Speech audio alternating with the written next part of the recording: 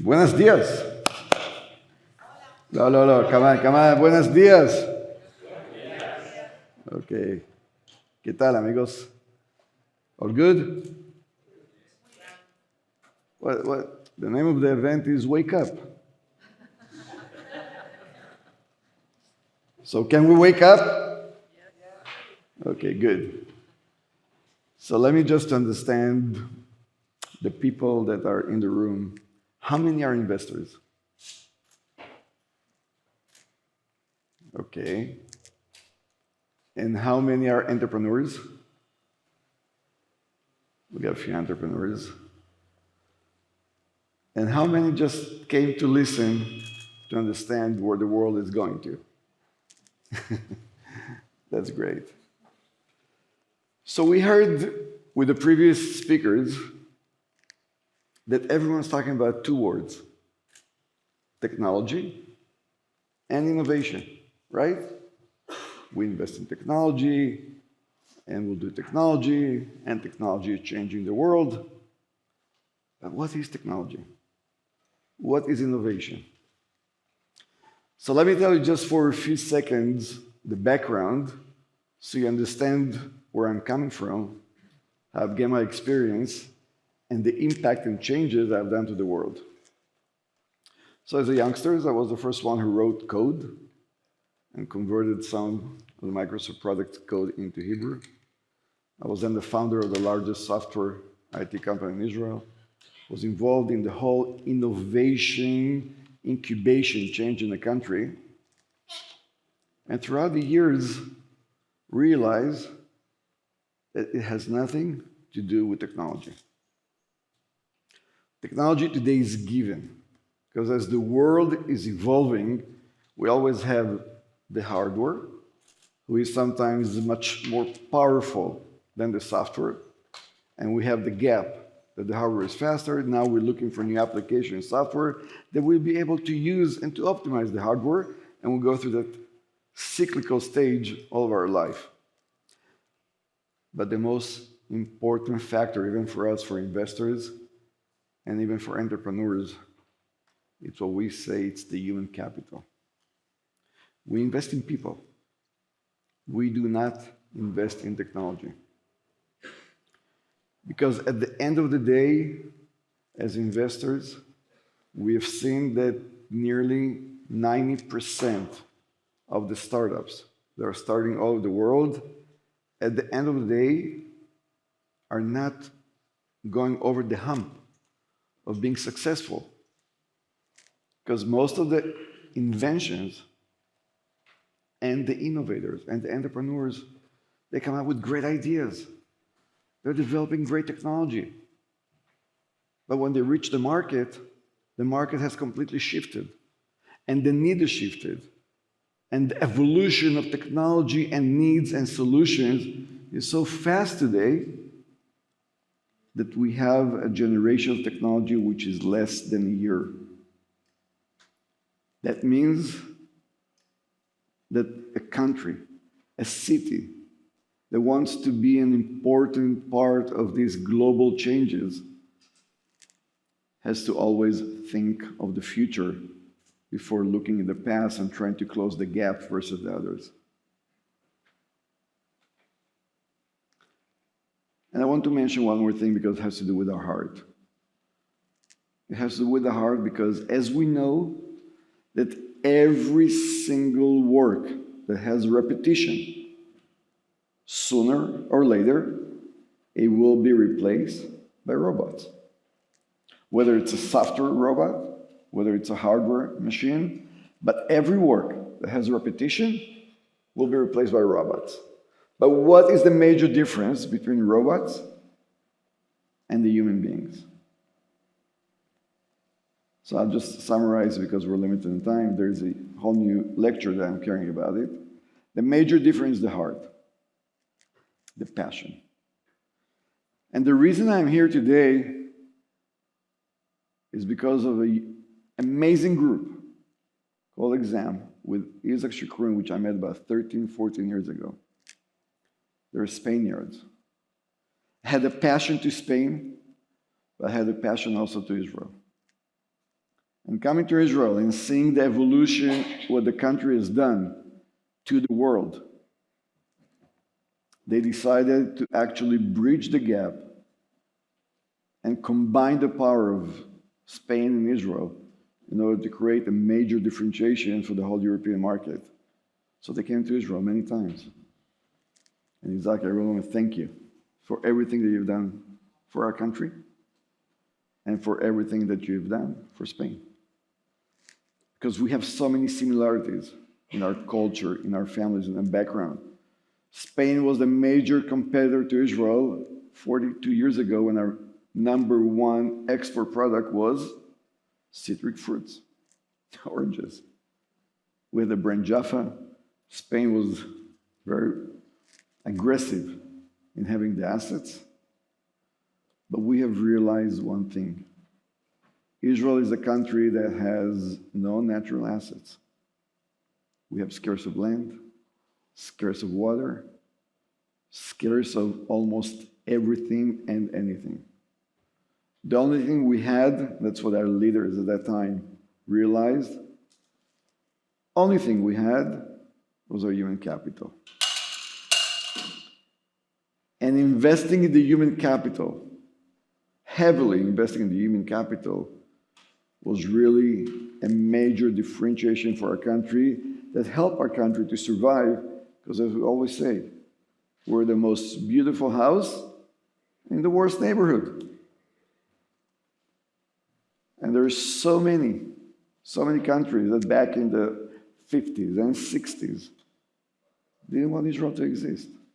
It was all about elimination of the country.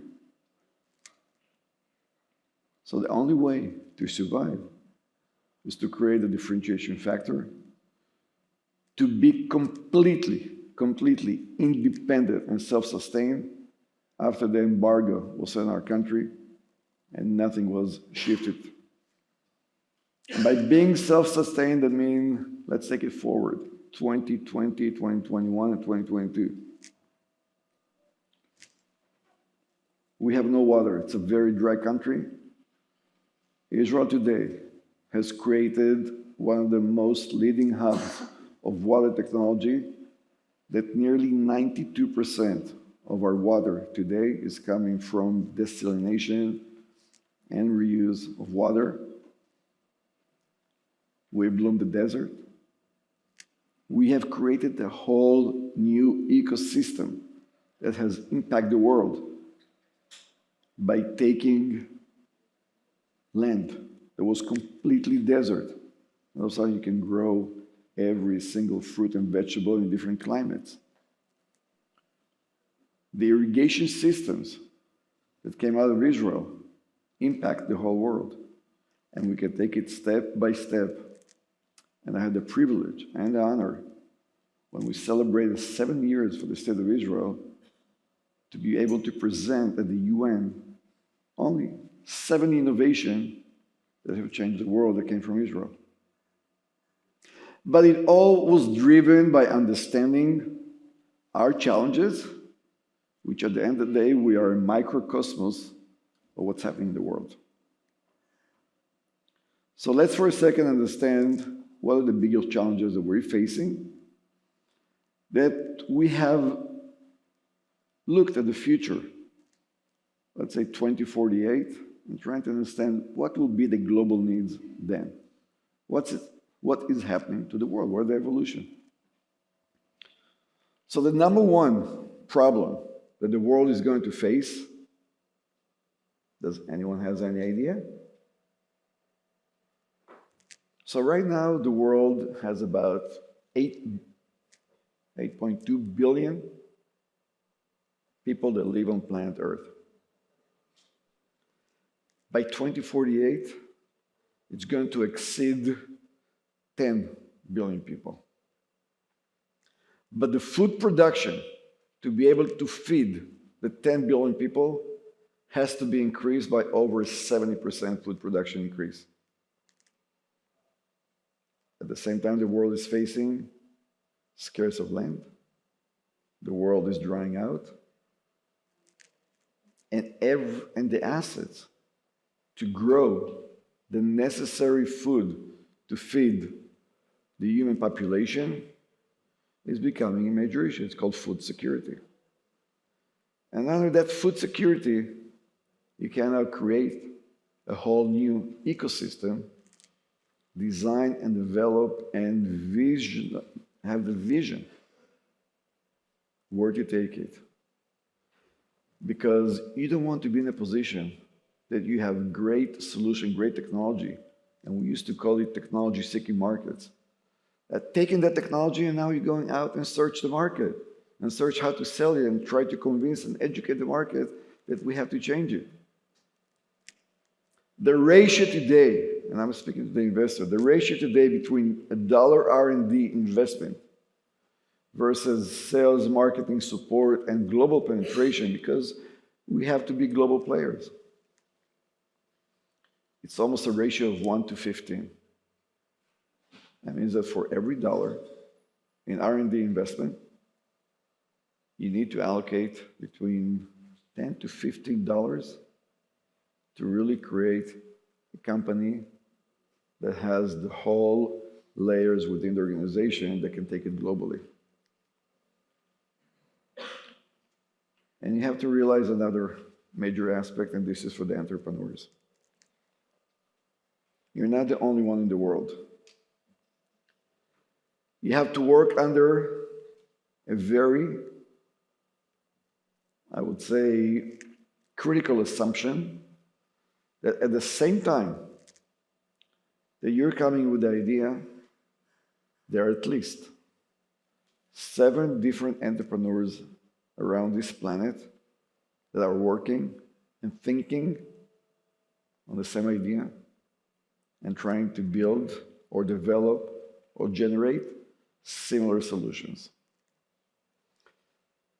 Don't try to be in a position that you believe that you're the only one in the world trying to reach out for that solution.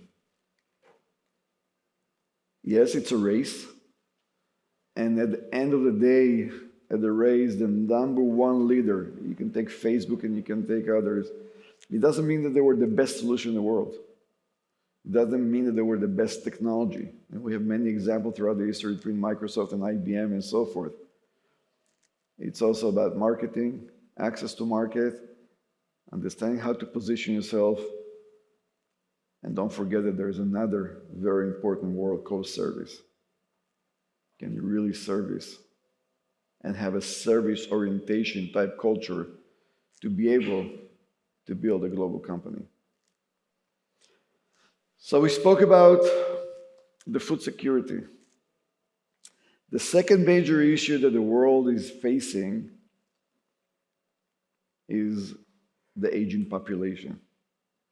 Our life expectancy is increasing. You can take different regions in the world, used to be 55, 60, 62, 70, and all of a sudden you have regions, and Europe is a great example of an aging community where most of the families have, on average, 1 child, and we're facing the aging population. People that are now have a life expectancy of 20 to 25 years, and they're no longer contributing to the economy. They're no longer working. They have to rely on the younger generation, on those who create the income for the countries, that have to support the elderly. And all of a sudden, you have to create a healthcare system that will be able to support the aging society, the accessibility as you're becoming elder and so forth. So that means there are complete new evolution in the healthcare system. And we've seen that, especially when COVID broke out in 2020, where the hospitals were completely swamped with COVID cases and couldn't service the other illnesses, and people in different parts of the world have just passed away because the hospital system was completely congested. And all of a sudden, the healthcare system, which I'm very much involved globally, have realized that the hospitals are just doing the ambulatory services. But you can extend the reach with all the sensors today, with all the electronic medical records, with the capability of serving the patient, even at home. All of a sudden, there's a whole new trend of creating digital hospitals. Because you have today solutions and sensors that you can continue, maintain, and support the different patients. But it's not about just the caregiver and the patient, it's about the well-being and being able to have what we call healthcare preventive maintenance systems in order for the insurance companies that are working on it so you'll be healthier at an elder age. So the cost of insurance and the cost of healthcare will be much more reasonable on the government budget. Another issue. And in order to create an ecosystem in that field, you have to have the proper hospital, the education, all combined in order to bring the right capital. Because when we're talking about humans and investing in people, and I've been running large companies, and I've been an investor and an active global partner in one of the largest funds of funds in the world. We're facing a world crisis in human capital. And we've seen how the global innovations hub are moving from one area to another area just because there is scarcity in finding talent. So therefore, if you really have the vision to take a region and to turn it into a powerful, impactful hub, you have to create an education process and different education platforms to start feeding the region with talent.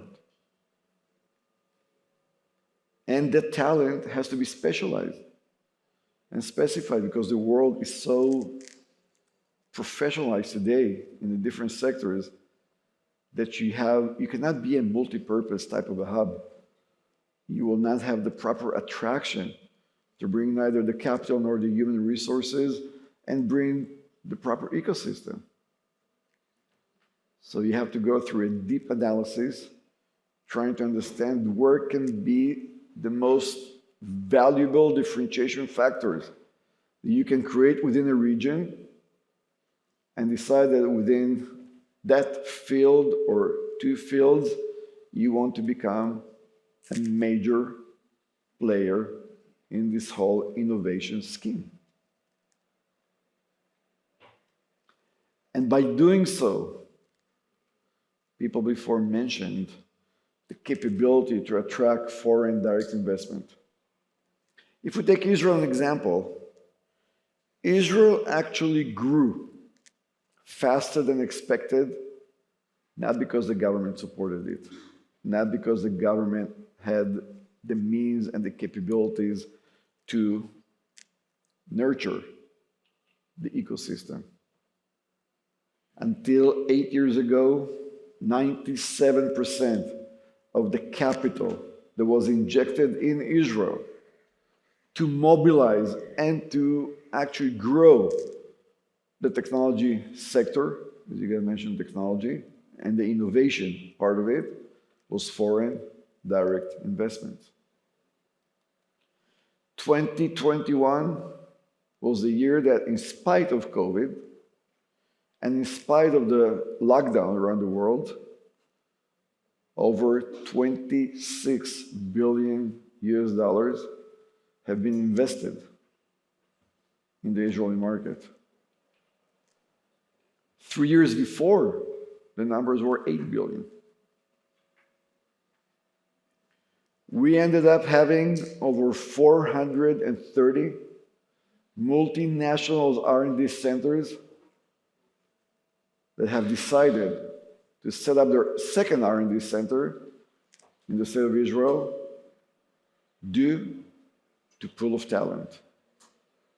due to pool of talent that has innovation that can feed some of the different sectors. And everything that we have done can be, should be, and I hope that with Isaac, David, and the whole team, and with our friends here, it can be done here in Murcia. It can be done. Because you actually have all the fundamental ingredients to do it, to replicate it, and you have another advantage. We have very limited access to markets. Israel is a country that today has about, just to round up the numbers, about 10 million people. Years ago, we were 8.7 million people. Our market is way too small to be able to absorb all the innovation technology, and we rely our growth on the global markets. We rely on export. And I had the privilege to be chosen as an industry leader to be the chairman of the Israeli Export Institute. When I took it, we exported over 104 billion US dollars in 2017. By the end of 2021, again, despite of the COVID and the lockdowns, we have reached 136 billion US dollars of export. Per capita, the highest in the world. But you have the access to the European market. And COVID-19, with all the lockdowns, have disrupted the whole logistical chain. That means that governments and countries want to be self-sustained, trying to build micro factories and so forth. So here, in Murcia, in Spain, when you have the talent, you have the capital, and you have the vision to make sure that the younger generation, when we took the ride this morning to come to the event, it was right at the time that the parents were walking the kids to school. And I thought to myself, wow, what are those kids in 20 years from now? Will this region be able to give enough job opportunities to keep the youngsters loyal to the place that they were born? Because this is the challenge that we had. This is where we're fighting and facing all the time. When all of a sudden the talent from Israel, you found it all over the world, in the Silicon Valley, in New York, in California, then in Europe, because the salaries were much higher than what we could have paid with our local currency and local money. It has changed. And at the end of the day, you see that the younger generation, although here in Europe it's very easy to shift between city to country, they're starting to think again on local patriotism and having some loyalty to the place that they were born, where they were raised, the family trees and background.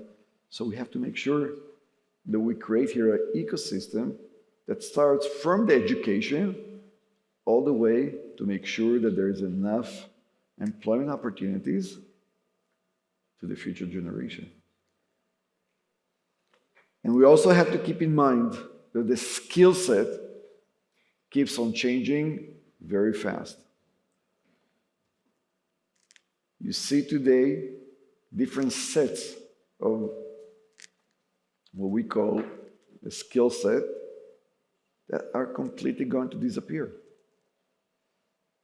because of the automation, because of the digitalization process, because things are being replaced by robots.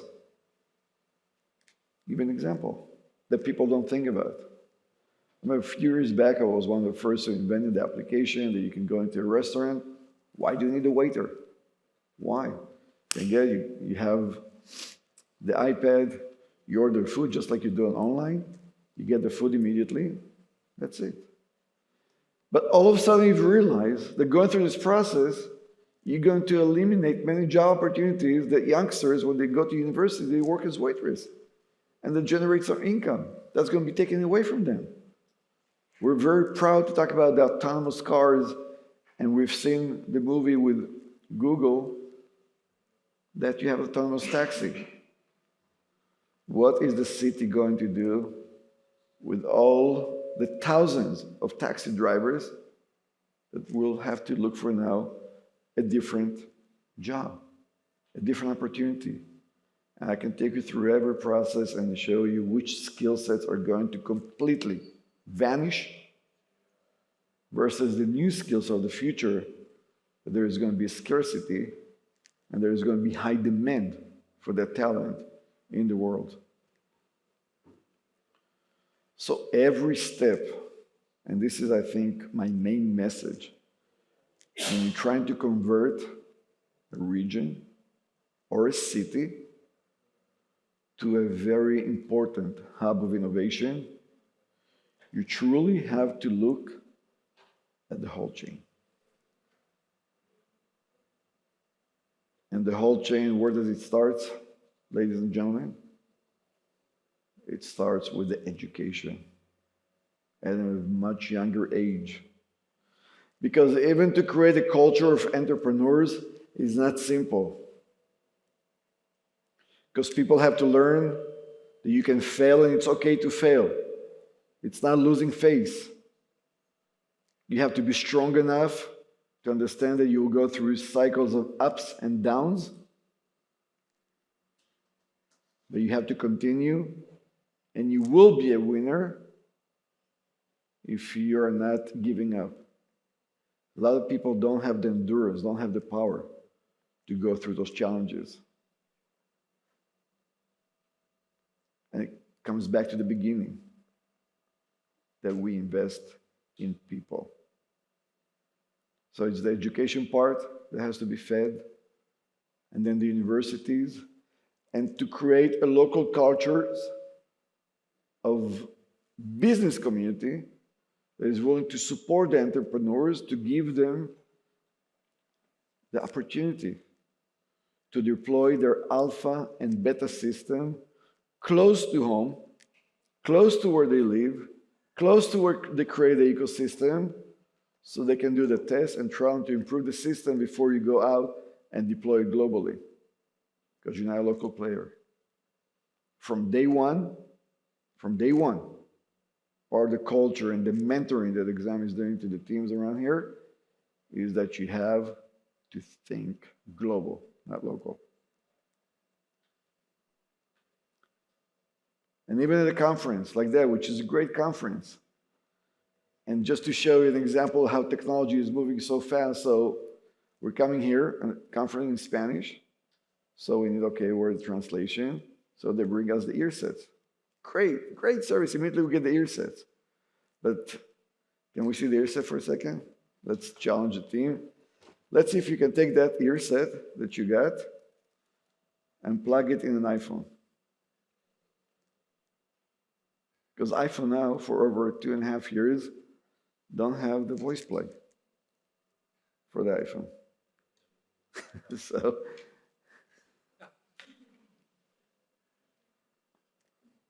that's how technology is changing so fast.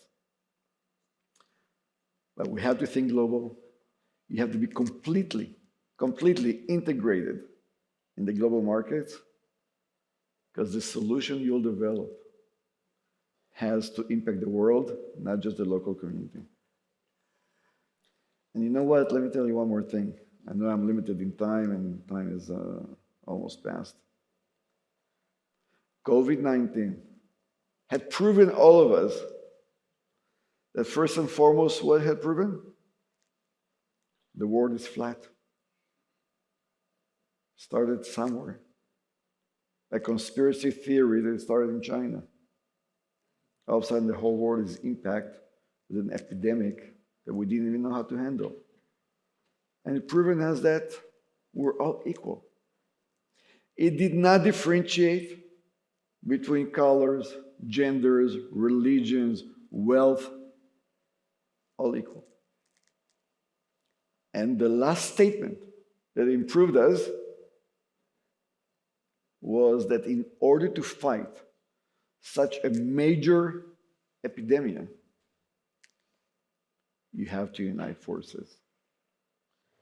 You have to share and work together with people around the world, with different hubs of innovation and trial and errors in order to bring a solution that will serve everyone.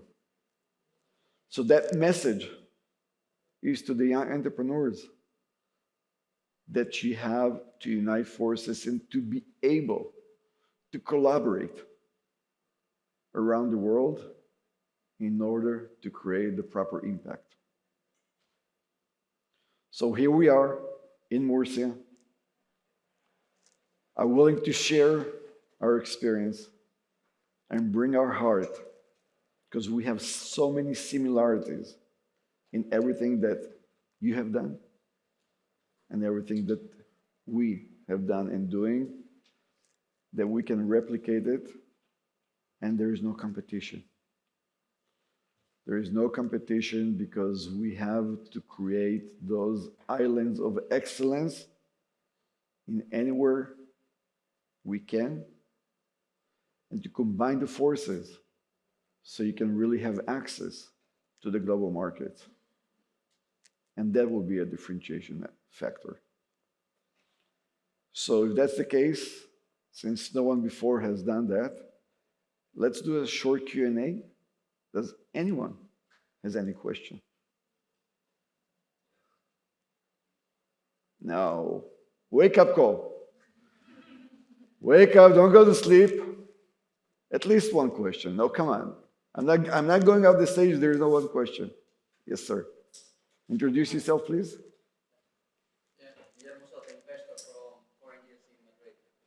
From Madrid. Okay, no, you're not. This is Murcia. No, I'm just kidding. Okay. Okay.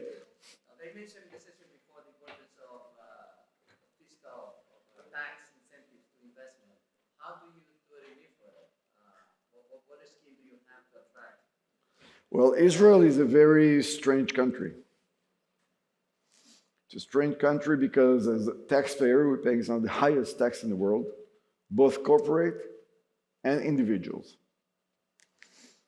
Just for you to understand the numbers, some of the individuals of us, we reach a level that we pay 56% tax. Does that make any sense? How can you compare it to areas like the UAE and other countries that have zero tax corporate and zero tax personal? So what does create the difference? As I said, and those are the two main factors. A,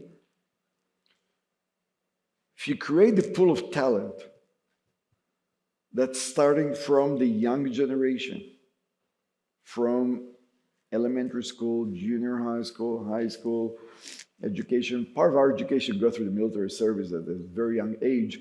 We're exposed to very advanced technology, which it's really a breaker in the way we think about it. And you add the second factor, loyalty to the region, because the region has given you the opportunity to grow, to be educated. The region has given the opportunity to raise the families. You have your families. So if you take that loyalty part and you take the education part, also for the future generation, that will keep people in place. Because you don't want to be a gypsy. The young generation can be a gypsy for a very short period of time, but they still are looking for the roots. And that's something we have given, and that's something you can give. Because the difference between Israel and Spain, we're a country that has been incepted in 1948. We're first generation of the capital. Our parents came and fled from all over Europe. So it was a melting pot. But you have here history. Our history goes 5,000 years ago, and we're keeping that history alive. But you have the deep history here. You can create that loyalty in the region that will start bringing and attracting foreign direct investment to the region. Why? Not because of tax incentives, because of the pool of talent. If they will have access to pool of talent, the tax is irrelevant. Why is it irrelevant? Because they structure in such a way that it's a transfer price between the headquarters and different region to what's being developed or being done in the region when you're talking about multinational companies. Any more? Yes, okay, let's wake up the crowd. Great. Wonderful. Now you have to be from Barcelona if he was from Madrid, no? Okay, now. Good morning, Good Mr. morning. Baruch, and thank you for being with us today. Excellent presentation. I work in the fruits and vegetables sector. We produce and export fruits and vegetables all around the world. And my question to you is, in this field in which Israel is it's been a leader for many, many years, what are, in your opinion, the disruptive technologies that are going to shape the future? I mean, we've been talking about digitalization or AI. We are working on drones. At the end, everything is in the fields, and we need our hands to do pretty much everything, but things are changing rapidly. You talk about robots. We don't see robots quite in reality right now, but we see things changing very, very fast. I don't know. You have a better vision about the future, and if you can clarify what is, in your opinion, what is going to be a major change, I'm very excited to know about it. Thank you. Okay. First of all, it's a great question because due to time constraint, I didn't go through the other challenges that the world is facing. But that's the way we think. And to give you an example, you spoke about drones. Okay, so drones is really taking advanced military solution, and how do you civilize it to the needs of the private sector? And we've seen drones today are being integrated in the agriculture sector, in mapping of the region, developing of the region, and so forth and so forth. But it takes you to a security market. And the security market, as we're moving to the digital space, that means that the digital crime is exponentially growing. As we're speaking right now, every single second, there are over 100 attacks that are attacking the different digital space to create a digital crime. Last year, I think the cost of digital crime was over $5 billion US, and it's growing exponentially. People are losing their identity when it's being stolen because everything is moving to the cloud. We're all digital. You want to create the transparency. We don't carry any more papers. Our banking is almost online, everything. So that's create a new set of criminals around the world. And if we're talking, we spoke about the world heating up. The world heating up, and it's going to get worse, creates a major opportunities when it comes to the whole scheme of water technology. And we can continue and dissect all those sectors. We spoke about the aging, the healthcare. Another space that is completely growing like crazy is the metaverse. What does the metaverse mean? How is it going to impact our life? How virtual we're going to be? How close we're going to be? There are huge applications because right now, the hardware, the bandwidth of communication, the digital eyeglasses and so forth enable you all of a sudden to build applications that can serve you better. And even if you look at the evolution of the infrastructure of communication, right now we're talking about the world of 5G. Okay, so everyone around the world is deploying the 5G infrastructure. That means that you have an amazing bandwidth of communication. The applications are strictly not being deployed completely to take advantage of that bandwidth capabilities. You can take and dissect additional sectors in the field. Of course, the team before spoke about quantum computing. Quantum computing, it's a statement that a country, it's a government, each capital, you have to say, we want to be a player in quantum computing. That means that all of a sudden, you have to get the universities and the government and the private sector to invest long-term investments in order to see those fruits in the future. But you have to believe in it. And while believing at the same time, you have to be dynamically capable in your mindset. Even if you made a decision to invest in a field and that field shifted, don't give up. Be able to shift it, and sometimes you have to cut your losses in different fields and focus on the others. So it depends as an investor. If you are risk averse and you want to be just a follower, to join different lead investors and to be part of teams, or you want to be a lead investor in many situations to see premium returns to your investor, but has the risk to it, because it's a high risk type decision making.